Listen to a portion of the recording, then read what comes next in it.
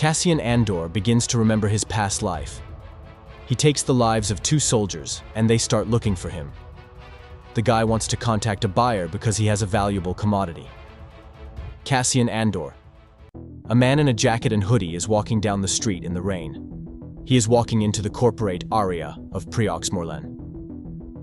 The man almost goes inside the club, but the security guard at the entrance stops him and tells him that guns are forbidden, communication is forbidden, and you can't borrow money, and you can't rage either. A man, Cassian Andor, the main character, enters the club. At the bar, Cassian takes a drink. Cassian glances at the girl, but some man at the other end of the bar tells him that she will blow the guy off and not to even think about it. A girl approaches Cassian and asks if he came alone and if they've had him before. Cassian says it's the first time here. The men on the other end of the bar tell the girl that they came earlier and have been waiting for a while. The girl tells them not to rage and that they will be served by someone else. Cassian tells the girl to do better with the men because this is company town. She pronounces that those men are just outposts, even though they like to pretend to be cops. Cassian says he found out from a buddy that they have a girl working here with Canary, a minor system in the middle ring. The girl says she'll go find out and leaves Cassian to it. The men at the bar cling to Cassian and ask what he's looking at them like that for. The girl comes back and says that the girl with Canary used to work here but stopped about a month ago. The girl says they have others just as good. Cassian wonders where she went. The girl asks who he even is. Cassian says he is looking for his sister. The girl says that she just disappeared and it's better to let the guy go. Cassian asks what her name was, but gets the answer that they don't give real names here. Cassian leaves the club. He is walking in the rain. Suddenly he is accosted by 2 male voices telling him that the guy is in the Primora corporate area and workers have to show ID when asked. They also talk about the curfew for guests and that they'll have to seize his transportation, if any. The men approach Cassian closely and ask him to raise his hands. Cassian says that he has 300 credits in his pocket. The men say that is just enough. They tell Cassian to get the money, but the guy says he doesn't want any surprises and let them take it themselves. When the men approach, Cassian lashes out and points their guns at them. One of the men tries to bring his colleague to his senses, but realizes he's not breathing. He raises his hands and tells Cassian that they will surrender together, that there has been an accident. Cassian shoots him. Cassian runs away, gets on a flying device and flies far away. Morlana System, Free Trade Sector. A small red B2EMO robot is driving down the street. B2EMO. Dogs run towards him, and the robot gets scared, but they rush past. The robot drives up to a sleeping Cassian and tells him that he has brought what he asked for. Cassian remembers the girl as she calls him to look at something outside. Cassian is a little boy. He runs out after the girl. All the people look up at the sky. There is something flying. Buimo asks where Cassian was yesterday and why he isn't saying anything. B2EMO says that the boy was looked for by Brasso, to whom Marva Andor said that Cassian went to ruin his reputation with questionable friends. Brasso. The woman also says that Cassian will soon get into trouble at this rate. Marva Andor. Cassian beckons B2EMO over to him and says he realizes that deception asks for a lot of energy. But can a robot lie? B2EMO says it has a lot of charge. Cassian asks the robot not to tell anyone that he saw the guy, and not to say he knows how to find him. Cassian also says that he has to go already, and that he is running late. He can't take the robot with him. Cassian comes to see Brasso. The man says he stopped by the guy's place yesterday, then came home, washed up, and fell asleep. Cassian says the man should say otherwise, that he stopped by Cassian's place, didn't catch him. Then saw the guy at the Bridge Hotel and offered him a drink elsewhere, but Cassian didn't want to go there because he owed a lot of people there. Then Brasso remembered he had a stash at home and they went to it, got drunk, and fell asleep. Brasso wonders who is going to ask and then makes up a story. He tells Cassian to go to work when he gets out of the mess. Morlana 1. Corporate Security Headquarters. Cyril Karn brings a report to his boss, the inspector, that talks about yesterday's incident where 2 employees died. Cyril Karn, the boss, notices a change in the soldier's uniform, and Cyril Karn says he customized it. The boss says he knew one of the dead men. The man commanded a brigade on the 4th. Cyril says the man's rank then dropped and he served as a guard here. The boss reads that there's a lead, a dark-haired guy asking about the girl with Canary. But the incident happened outside the neighborhood, so there are no witnesses. The boss says that the case is complicated and the timing is bad. Cyril starts saying that with proper resources he will solve it. The boss stops the soldier.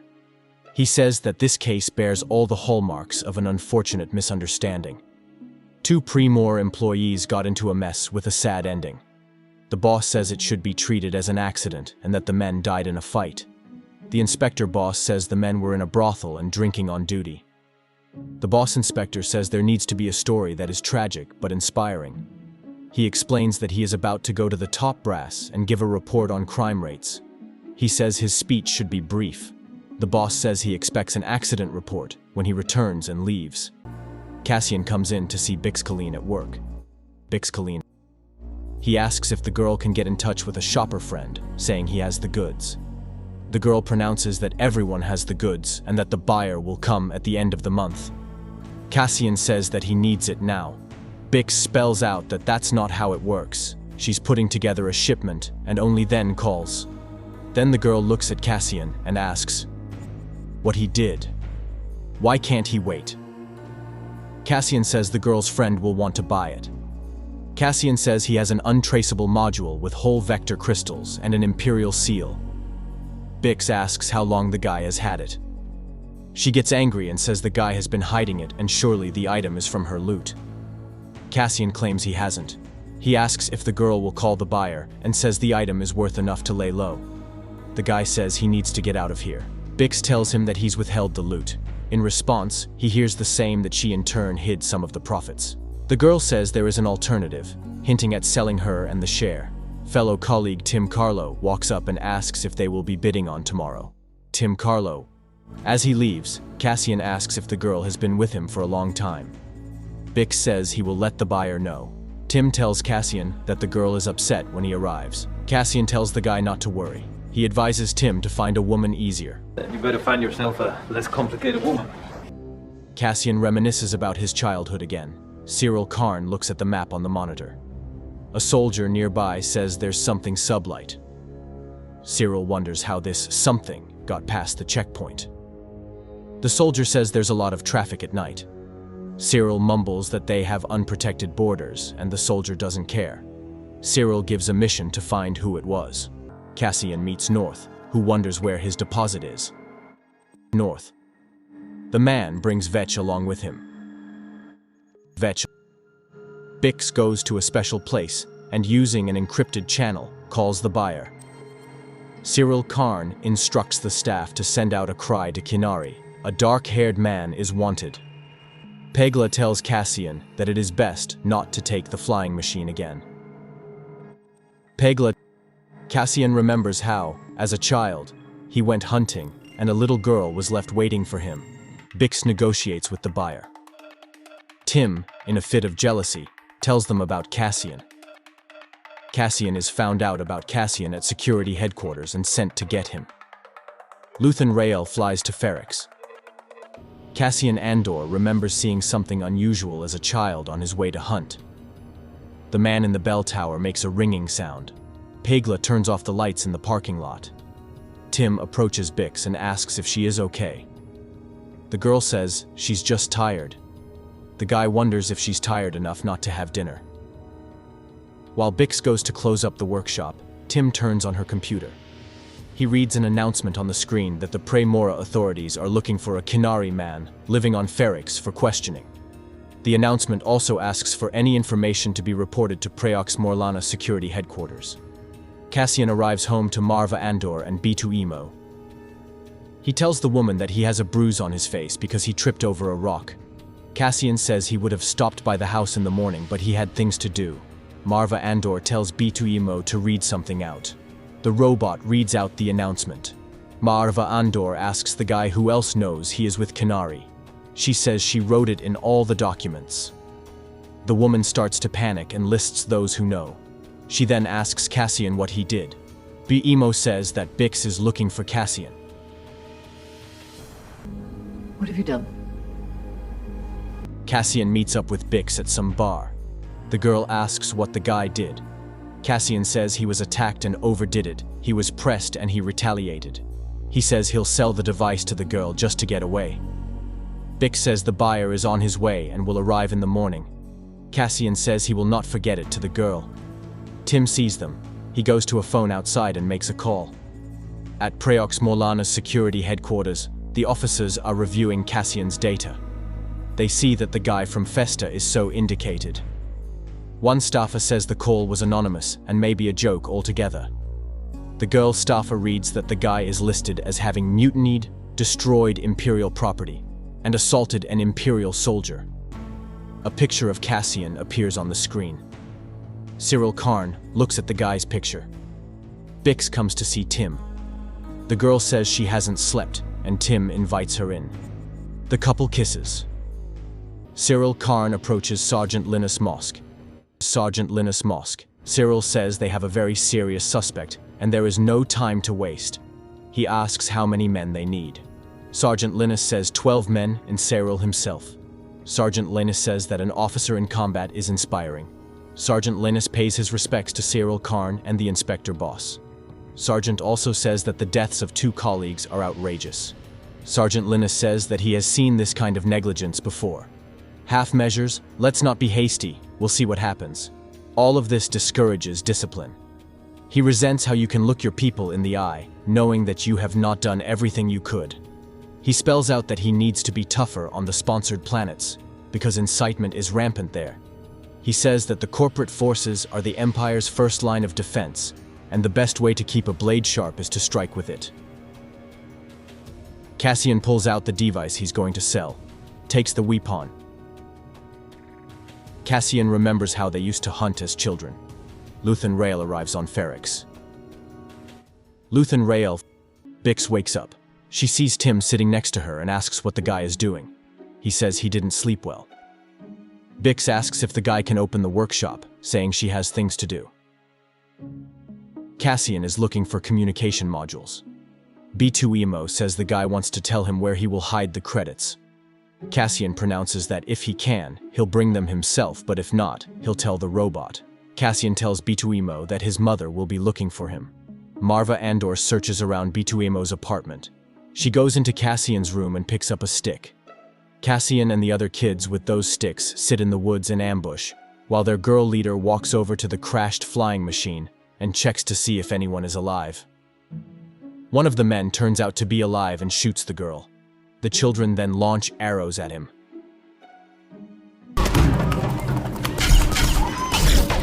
Cassian comes to Zanwan's house. Zanwan. The man is reading about Kenari, a middle ring abandoned after an Imperial mine accident, under an Imperial ban. Cassian asks Zanwan how much it will cost to fly today.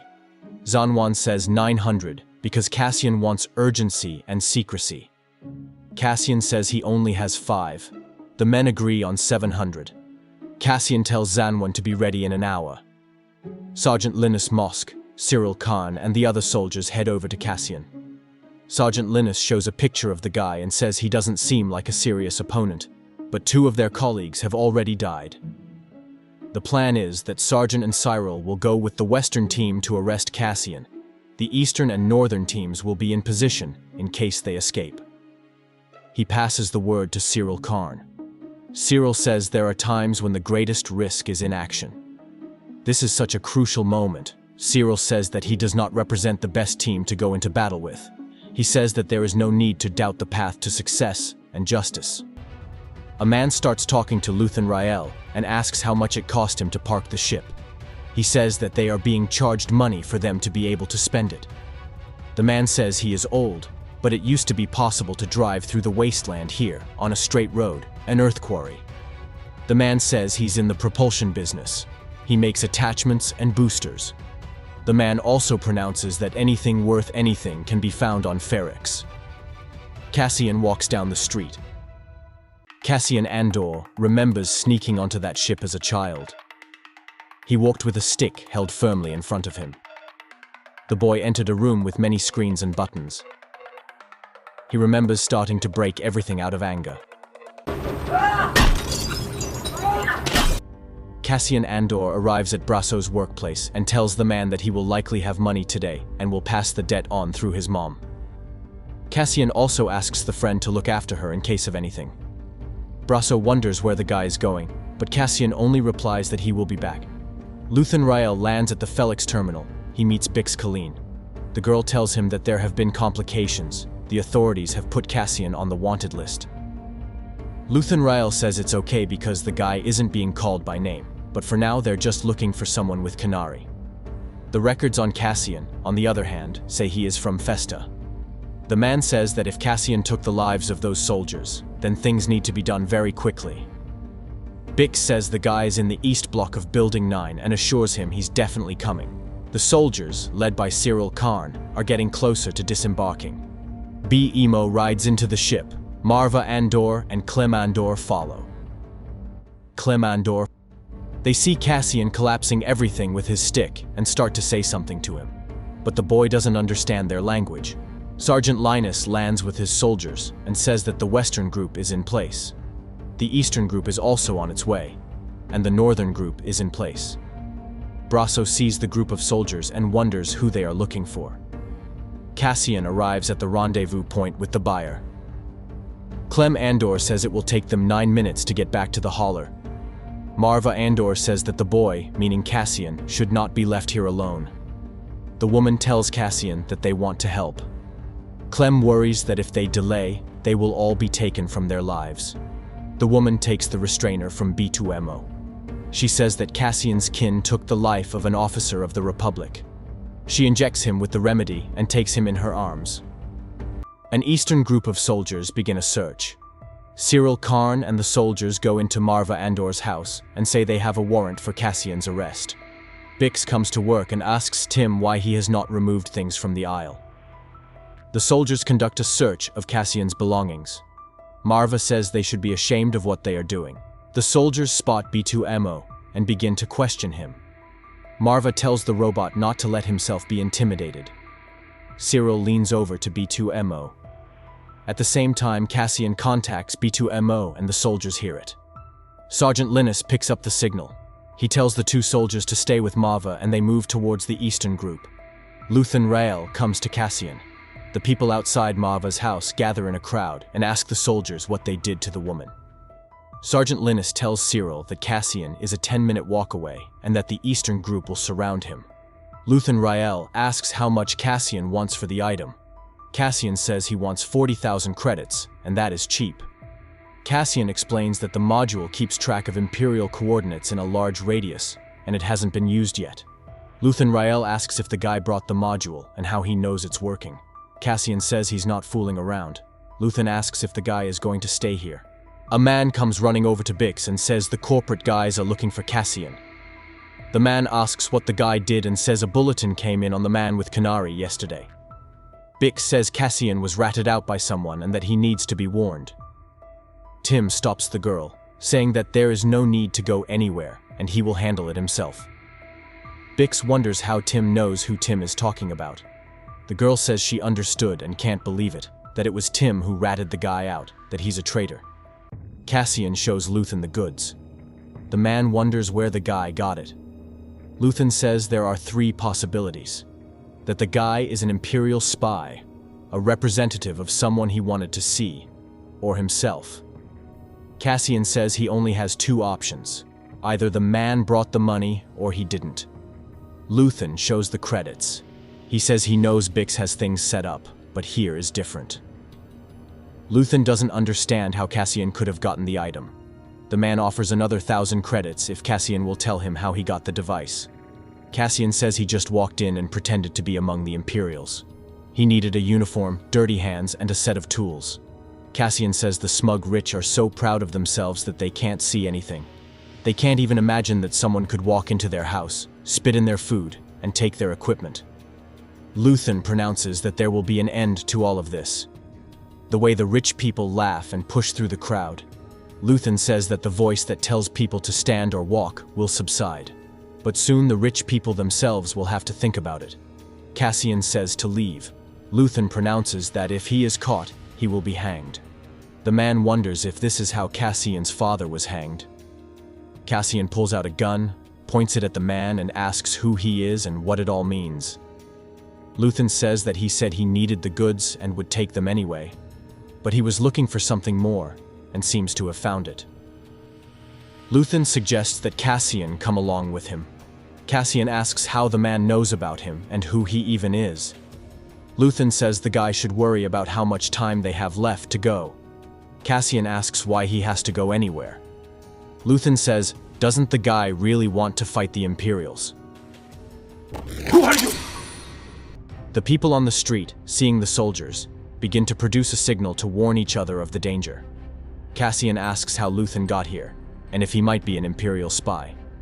Luthen says that he flew in because he didn't want the guy to be found and take his life. Luthen also pronounces that he is the guy's only way out. Luthen takes the communicator from Cassian and breaks it. Cassian and Luthen realize that the soldiers are very close and they are surrounded. The soldiers arrest Bix in the street because the girl looks scared and runs away. Luthen and Cassian discuss how they can get away. The man says he put charges on the door. He pushes the button. The heroes start shooting back. Cassian does not have time to retrieve the device and the men leave in reverse. Bix on the street does not get released. Tim sees the girl and runs to her, but the soldiers shoot him, taking his life. The soldiers hear a radio call and leave the girl, and the men leave. Sergeant Linus gives the order to split up when he learns that Cassian is not alone. Marva tells the soldiers that the sounds outside are the rumblings of retribution, and to worry when it dies down. Cassian points a gun at Cyril and asks how many soldiers are here. Sergeant Linus says they are under siege. Cassian and Luthen leave on a motorcycle and use the car as bait. Marva carries the Cassian boy out of the ship in his arms. Bix is being led away from the street. Cyril is just standing there. Sergeant Linus tells him to leave. Cassian and Luthen resort to the flying machine. Marva takes the boy away with him. Cassian and Luthen take off. Cassian is a little hurt, and the man tells him to wrap his arm. Luthen tells the guy to drink and gives him a flask. The man says that Cassian managed to escape, and now he can either be free or help him in an important matter. Luthen offers the guy to drive a nail into the eye of the Empire and get paid for it. Cassian says that the man does not know him at all. The guy tells him that he was in the war and survived, one of 15 men. Luthen says Cassian was only in the war for 6 months and survived because he escaped.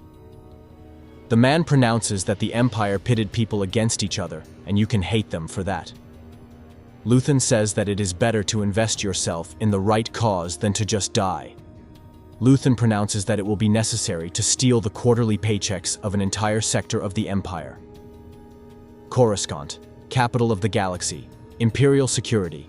Dedra Meero attends a security meeting. Dedra Meero. When asked by the chief what they even do, the girl replies that they keep the Empire safe by gathering intelligence, performing analysis and covert activities. The chief asks about the incident on Ferrix and learns that the soldiers there encountered difficulties during the arrest. Major Partagaz. Aldani. Luthen tells Cassian to come up with a name for herself. He shows Cassian a girl who is heading towards the ship. Luthen also gives Cassian a blue stone and says it's for an advance. The stone can be sold for 50,000 credits or even more. Luthen tells the guy to bring it back if the man survives, in exchange for 200k. If I live, I want it back. Velsartha approaches Luthen. Cassian watches them talk from the ship. Velsartha. Luthen tells the girl about Cassian, praising him. He says the guy is a gunslinger, speaks in tongues, can lie, and knows how to kill.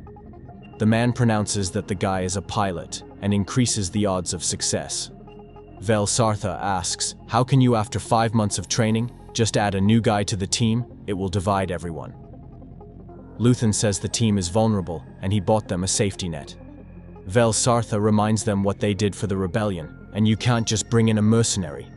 Luthen says there is a choice. Either the team takes Cassian with them, or they go nowhere. The woman agrees. Luthen calls out to Cassian, calling him by another name. Lieutenant Supervisor Blevin tells Sergeant Linus and Cyril, as well as Cyril's supervisor, that they will go to the transfer center and be responsible for the incident on Ferrix. Lieutenant Supervisor Blevin says that as of today, the Morlana system is completely under the Empire's jurisdiction. Cassian asks Vel Sartha who Luthen is. Vel says not to mention Luthen at all in the camp. The girl says they will be looting the Aldani garrison arsenal, and that is the safest way. She also says there are 7 of them. Cassian is surprised that's 7 against an entire garrison. Suddenly they hear some sounds and hide behind a rock. Ships fly over the heroes. Dedra Miro tells his subordinate to bring all the data on Ferrix after finding the records of the device module they found. Luthen is on the ship, putting on a wig, clothes, and jewelry. Vel Sartha tells them that the area was home to a large number of Aldanians who were driven south by the Empire. Cassian asks who they are according to legend. Vel Sartha says shepherd's, or desperate people, who might have stayed in the mountains. Dedra Miro comes to Lieutenant Supervisor Blevin and asks why he refused to provide a report on the Ferrix incident, even though it was an official request. Blevin says that he is busy and that it is his sector. Dedra says that a module was found there that gives her access to the case. The girl says that she will turn to Major Partagaz. The 2 guys see Vel Sartha approaching and that she is not alone. They decide to warn the others. Vel introduces Cassian to the team. She says they need him for backup, and she didn't say before because she wasn't sure if the guy would get free in time. She calls out the names of everyone on the team and says they just needed 1 more person. Cyril arrives at Edie Karn's mother's house. Edie Karn. Sintakaz treats Cassian's arm. Sintakaz. The men on the team ask Vel how she knows Cassian. They don't understand how a new person can be introduced so late. Vel pronounces that she trusts the guy. Luthen Rael is visited by Senator Mon Mothma. The man offers the woman gift options for her husband. Luthen takes Mon away from her driver. He tells the woman he needs to know if things don't work out. Mon says that she is being followed and can no longer freely use the funds. Mon pronounces that there are new faces everywhere and that it's like she's under siege. Mon says she can help. Luthen says that they don't need people, but means. The woman says she'll be the first to get caught, if anything. No one's more at risk than I am. Vel introduces Lieutenant Gorn to Cassian and tells him that he is their man in the garrison. Lieutenant Gorn takes the guy gingerly and is not at all happy about the stranger. The team begins preparations. Mon Mothma arrives home and learns from her husband that there will be a reception with guests tonight. She starts swearing when she finds out who is to attend. Vel tells about the Valley of the Caves, that the Empire liberated an airbase 50 kilometers away, and then immediately appreciated the convenience of the caves as storage facilities, declared it Emperor's land, and blocked it off with a dam. The garrison now serves as a storehouse for supplies, weapons, and payroll for the entire Imperial sector. Everyone defends the runway that leads underground to a hangar, where the only transporter stands. Cassian says he can handle it. There is a storage facility behind the hangar. Vel says they'll take the payroll containers from there, load them on the transport, and take off down the runway. Cassian says they won't get anywhere with that kind of aircraft, it's suicide. Someone says that's why there are 40 men in the garrison, so that no one will dare to attack. Lieutenant Gorn says that once every 3 years, the Aldanians gather in the valley for a celestial apparition. They climb the mountains for weeks to watch from the Holy Land. They watch a phenomenon similar to 50 meteor showers, and then the formation of an eye in the sky. The team has calculated a trajectory for when they need to leave, right before the OK closes, which will be in 3 days. Vel says Cassian has a lot of studying to do to keep him on track. Major Partagaz listens to Dedra Miro and Lieutenant Supervisor Blevin. Daedra says that the stolen module has value and will help locate the rebels. Daedra says that she thinks this is all preparation for the rebellion. She says she has found 3 other similar cases, and there is a system in place. Major Partagaz tells the girl to report back when she has verified information, not intuitive guesses. Major Partagaz pronounces that Daedra Miro needs to be more competent and discreet. The team gives Cassian case materials to keep him informed. Vel tells the guy to finish eating, then go to the dressing room and have it all memorized by morning.